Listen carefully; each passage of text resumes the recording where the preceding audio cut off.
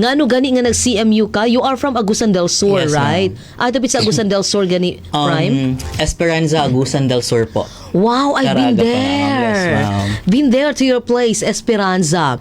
Why CMU?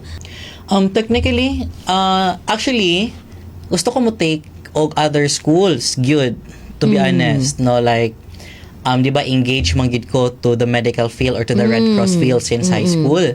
So, bali murag na po ako ang gusto mag-nurse, gusto mag-medtech, ano ba? Oh, okay. Pero, since childhood dream man gid pod nako ang mahimong DVM or Doctor of Veterinary Medicine mo to nga gusto gid ko mag-CMU. Kay Why murag- CMU?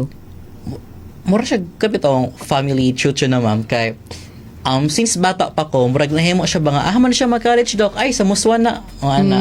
So ang nasad sa ako nga college sa Utok sa MU. You mean your father is also a veterinarian? Yes ma'am. That's why. Graduate po sa CMU din po. That's why. I see. So, sige, dayon. So dayon mo to nga nag-ask ko og guidance first if unsa mo ginong kuhaon ana. So then I realized nga since mo pa'y gusto gid nako since pagkabata, so why not pursue sa MU? So para ma-motivate kog tarong gyud, wala na ko nag-take og other schools sa MU ra jud. As in, even, wala gid kay second option?